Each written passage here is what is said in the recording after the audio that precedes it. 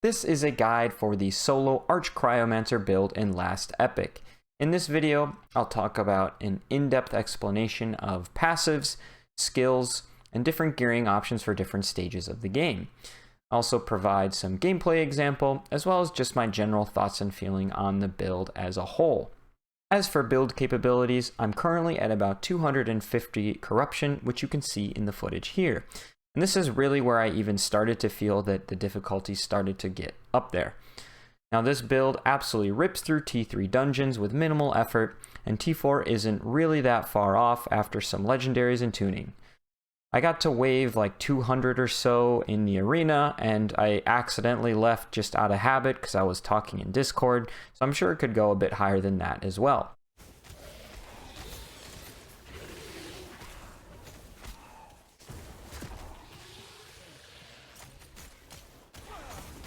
As for build capabilities, I'm currently at about 250 corruption, which you can see in the footage here. And this is really where I even started to feel that the difficulty started to get up there. Now this build absolutely rips through T3 dungeons with minimal effort, and T4 isn't really that far off after some legendaries and tuning. I got to wave like 200 or so in the arena, and I accidentally left just out of habit because I was talking in Discord, so I'm sure it could go a bit higher than that as well.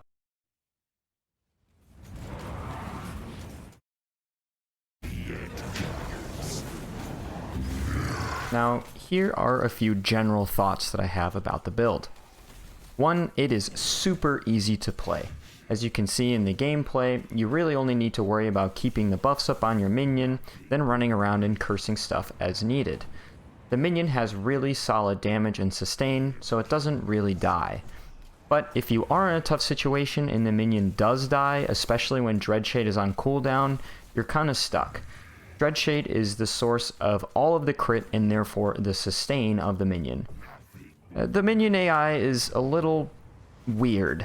Sometimes a minion will slingshot way past you if it's kind of lagging behind, and sometimes it'll just stand in a Jewelra beam and die, but really it's not that bad overall. And the single target seems to be respectable. This is a Shade in that 250 corruption mono with endurance, and we are doing just fine. Now let's start off the build guide with talking about the skills. Now one quick side note is that you'll notice that the levels here are going to be different later on in the video as I'm talking about some of the other skills. Don't worry, I kind of mess around with stuff while I was recording this section, and then I lost the footage, so I'm back re-recording it, but the points should all still be the same. So first up, let's talk about the skeletons. So I wanted to do a solo minion build, so I took Archmage. Not only does that limit us to a single skeleton, but it doubles its projectile, makes it bigger, and gives it a huge more health and damage multiplier. I also wanted to do cold minions, not only because I think the cold minions are cooler, pun intended, but the skill that they use actually has a faster cast rate than that of the Pyromancers. I think it might also have a higher increased damage on its health, so this is technically a better skill. Now outside of those keystones which sort of define this build as a whole, Gray Merchant is another really important node. This node pretty much entirely takes care of the health regen of the minion on its own. Basically what this does is anytime the minion crits, if any one of its projectiles crits, the minion will gain 15% of its HP back instantly. And you'll see later on that the minion is always critting, so it's always hitting and just healing itself back up to full all the time. So those are kind of the big, most important nodes on this tree. Outside of that, some flat damage here goes a long way. Just a bunch of extra projectiles. If this isn't at 4 and you only have it at 3, it can feel bad because sometimes you shoot a big shotgun of projectiles and sometimes you only shoot one, and that single projectile sometimes misses. So really it's a huge DPS decrease if you don't always have extra projectiles here. On top of that, I also take all of this cast speed. Now, one important thing to note all throughout this build guide, anytime that there's cast speed, I'm taking it. It's kind of hard to come by for minions, so I'll grab any of it whenever it shows up, and it just feels really good for clear and for your DPS in general, and it just makes your damage feel a bit more consistent. If you don't have extra levels on this skill and you're only at 20, you don't have to take this frenzy chance. This frenzy chance is helpful. It gives us a little bit more cast speed, a little bit more damage. You can also actually drop this. If you just have it allocated, basically it will make it so that you only will summon a Cryomancer. So without this, when you cast it the first time, you'll just summon a normal old Archmage, but when you cast it again, you'll summon a Cryomancer, and it's pretty much exactly the same, minus the small amount of damage that you get from this node, but it's not a huge deal. The rest of the skills are pretty much all just there to buff the crap out of the minion and its damage. So first up, let's talk about Dreadshade. Now, my favorite node on this build, if I had to pick one, is Egoism. This just makes the minion just crit all the time, 100% chance. And that paired with this node we talked about earlier, which means now every time it hits, it crits. So every time it hits, it heals a ton. And since it's going to be casting all the time, it's going to be healing all the time, it's great. On top of that, we got a big, more damage multiplier. It's not an aura. Doesn't matter because there's only one minion, so who needs the aura? We also get a ton of cast speed. Cast speed is key. Even more cast speed, a bunch of more damage here, and then the last keystone I take is Lone Watcher, which will increase the shade duration just to kind of counteract that 18-second cooldown that we got here. We only have one Dreadshade now. Who cares? We have only one minion, but it no longer drains health and instead will take increased damage with a large enough health pool. This does not really matter. With the last couple points left over, I just path to Martyrdom here just to give the minion a little bit of armor, and since I'll be taking a good amount of vitality to get some flat HP, it does add up. Paired with that, Infernal Shade will also buff the crap out of the minion. Obviously, we want it to be minion targetable as we want it to be a buff, so we take Devouring Flames. Burn Trail will give the minion haste permanently, so it'll be moving around very quickly. It will also be doing a ton of cast speed and movement speed for every second that it's active. So 5 seconds after you place it, it's going to be maxed. Minion's going to be zipping around like crazy. And we give it unlimited duration. This is more quality of life than anything, just to make sure that we hit that 5-second cap, and we don't have to recast it all the time. Now, the one big downside pretty much of this tree is this increased damage per second. So basically you can see that when the minion is first spawned in, and we first buff it, the damage is pretty minimal. You can see that it only does like 150, but you can see that number is increasing and going up. So this will keep going up until the minion is taking too much damage to sustain, but since it is going to be hitting all the time and critting and healing, you really won't notice it a ton. And basically what I do is when your Dreadshade runs out, because it does have a limited duration, you just recast both, and that resets that damage taken to be back to its original value, so you don't kill your minion. Another layer of damage amplification we have is on Bone Curse. We take Sigil of Mortality to allow this curse to also apply Mark for Death.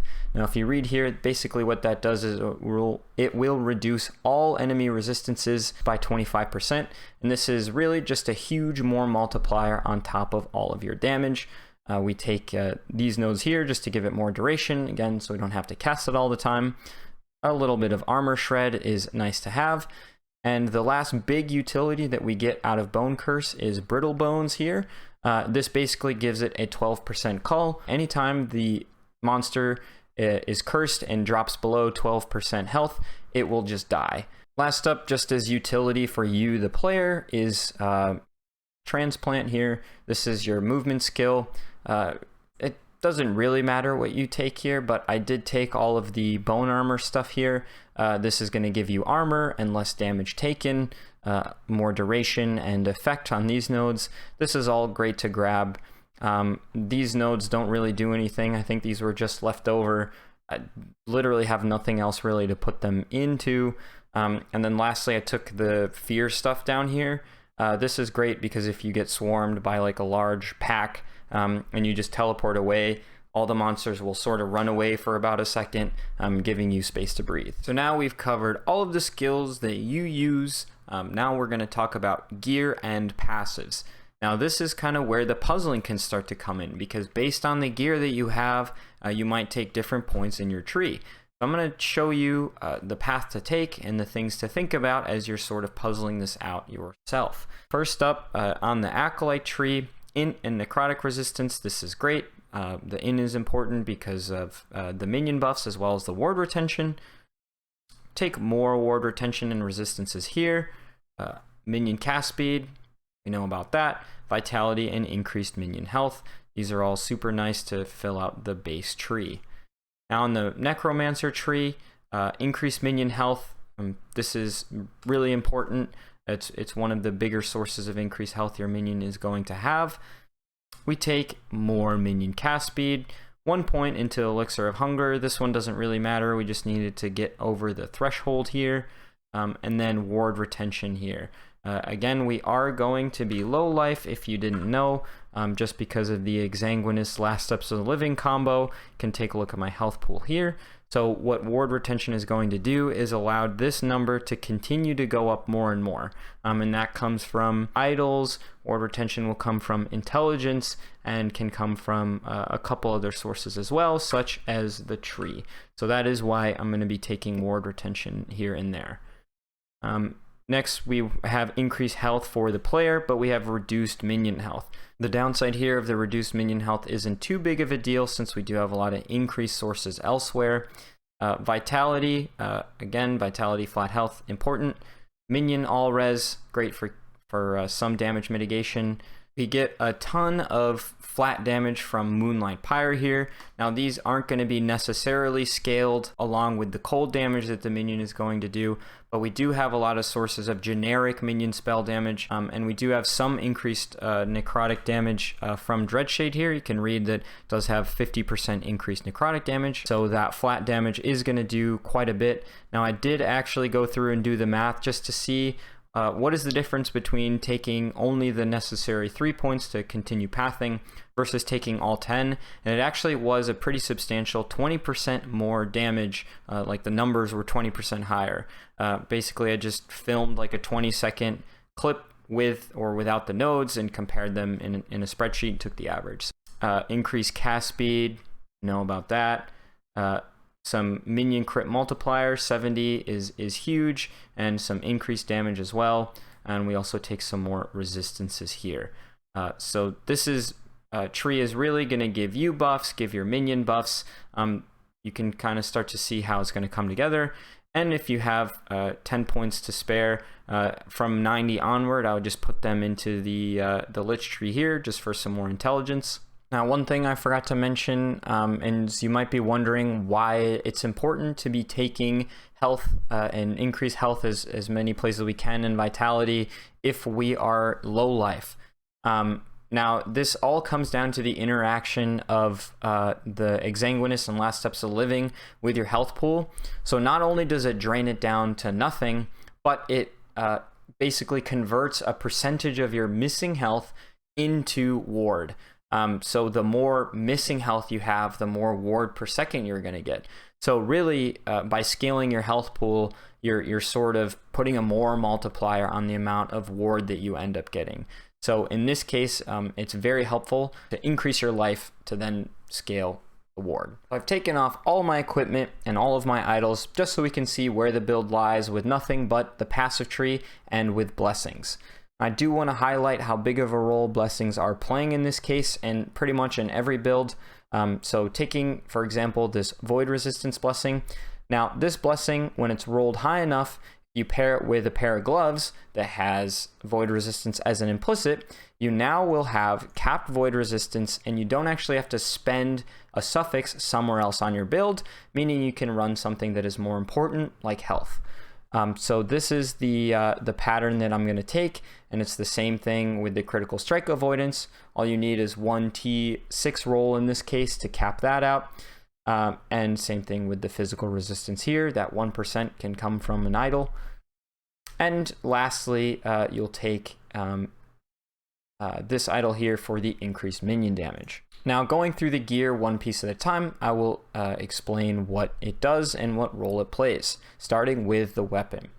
Now, I think this is the best in slot base type for this build, just because that increased minion necrotic damage does actually do some work, since we know that there is some base damage, base necrotic damage from Dreadshade, as well as from Moonlight Pyre here. So that increased necrotic damage is very helpful. And as far as rolls go, the only important one is the increased spell damage for minions, and it doesn't even have to be exalted, but this dropped pretty early on for me.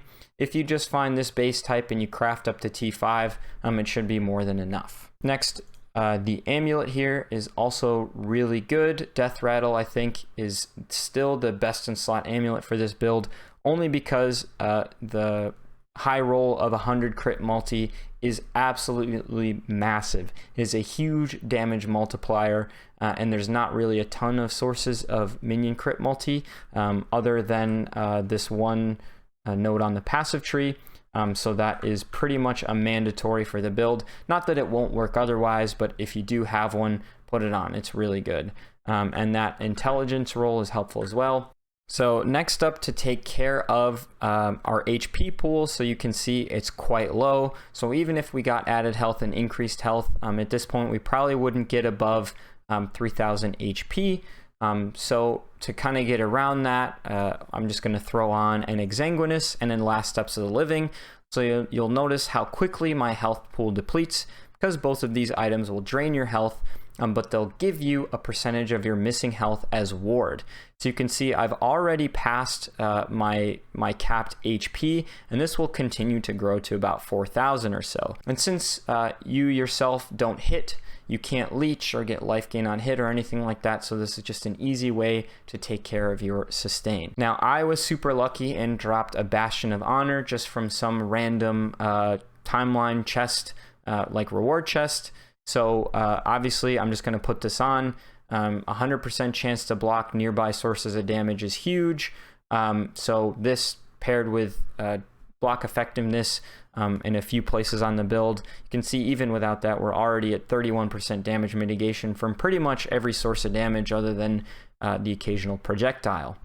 So after that, we're really just going to be filling out the rest of our resistances.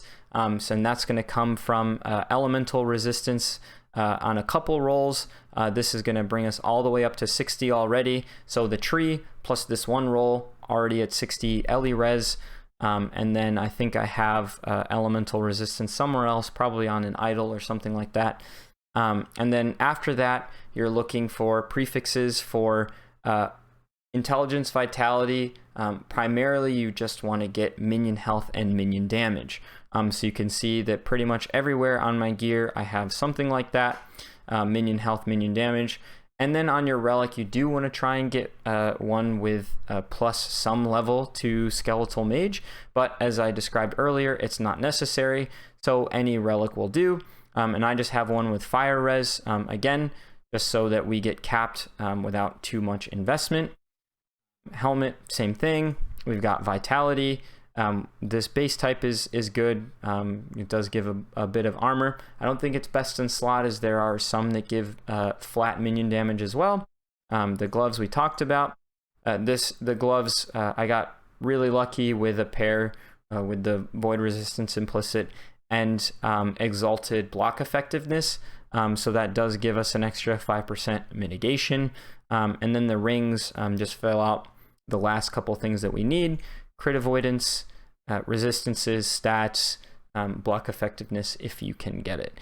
And just like that, we're already almost capped on all of our resistances. Our critical strike avoidance is capped. And one thing I do want to mention really quickly is how important it is to get your crit avoidance fully capped. 99% is not good enough. If you can get crit, that 1% chance, it will happen and you will probably just die. So if you can't count on it in this case and it will kill you, it may as well be 0.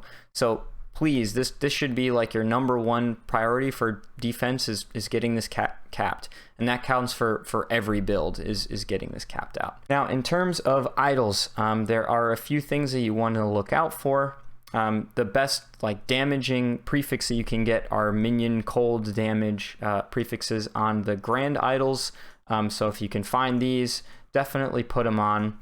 Outside of that, anywhere that you can get increased health, increased damage, ward retention, and then filling out those last couple resistances, that's really all you want to look for. And then the last few pieces here are just going to fill out the rest of your resistances, so you can see those start to get capped. And the only one I'm missing is lightning resistance, so I couldn't quite get all the way to capped everywhere, although I would like to. So in terms of places to improve, that's one of them. So now you can see in terms of defense, we're doing pretty well. Let's see how that health pool did. Got up to about 4,100 ward, which is a lot. 38% damage mitigation from block, and since I have Bastion of Honor, blocking almost everything. I'm pretty happy with the gear so far. Obviously, you can get better bases. So like this ring is not great. The mana doesn't do anything. Ideally, you'd want another one of these for some more crit multi, more armor on various pieces, and then lastly, getting legendaries to then add even more helpful affixes onto your gear. Is probably the last step that I would take. So there are a few alternative options that you can take for your weapon and shield. First off, I would recommend looking to grind up a Sanathia's Resurrection and Sanathia's Dying Breath. Now, when you put these set pieces on, if we take a look at the skills, you'll see that it does give us +2 to both curses and minions. In your skeleton, I would put those 2 extra points either into Leech Life, although I would recommend you put them into the Frenzy Chance here. This is just going to give your minion another boost to its cast speed. Outside of that, the 100% minion crit avoidance is a huge defensive layer. Minion health, as well as some block. Your minion isn't really going to die, so it's resummon doesn't matter a whole lot here. Resistances for your minion, great damage mitigation, 25 all res for you. This is just a great couple of items just to help fill out any resistances that you're missing, give you some damage, give you some defense, give your minion some defense, just great all around. Now, instead of the Bastion of Honor, you could also take just some rare or exalted shield. I would recommend the Carapace shield, mostly because of that 75 poison resistance roll is really helpful, just to cap out your poison res and not have to run it on an idol or somewhere else on your gear. And I would run that in combination with just some rare or exalted axe. You can actually move away from the low life unique combo if you would like, and just go a purely life-based character. Now, all you are really wanting to look for is bases that would have stats that are helpful for you. So armor is always helpful, and then some resistance or damage or movement speed. These are all helpful things. Now, in terms of affixes that are really important, increased skeleton mage damage here is great. If you can get an exalted or some higher tier, that would be awesome. It's a lot of damage. And then increased health as a suffix is also really important here. There aren't a lot of places to get purely increased health, so any gear that can roll it, you should try and grab it. Vitality, just for a lot of flat health. And then that last suffix, elemental resistance, doesn't really matter, whether it's a resistance or whatever. Now for the boots, it's kind of the same deal. You really want to get movement speed, and then it has hybrid health. There are only a couple pieces of gear that can have hybrid health, so you definitely want them here. And then I added vitality just because your choices for prefixes are a little bit limited. Intelligence would work as well. I just put health regen here. Now, the reason I put that is since you are not hitting, like I said, you can't be leeching and you can't be regaining on hit or anything like that. So really the only way that you're going to be healing is from your flasks and just from regular old regen. So I don't know what it feels like or if you need regen rolls on the rest of your gear or what that feels like. Now, another great unique option is woven flesh. Really, The only thing on here that matters if you aren't going to go the low life route and before you have your crit avoidance sorted is this just caps your crit avoidance. So if you're in the campaign or early on in your timelines, you don't have the crit avoidance blessing, you don't have crit avoidance on gear anywhere, just throw on a woven flesh. They're pretty easy to get.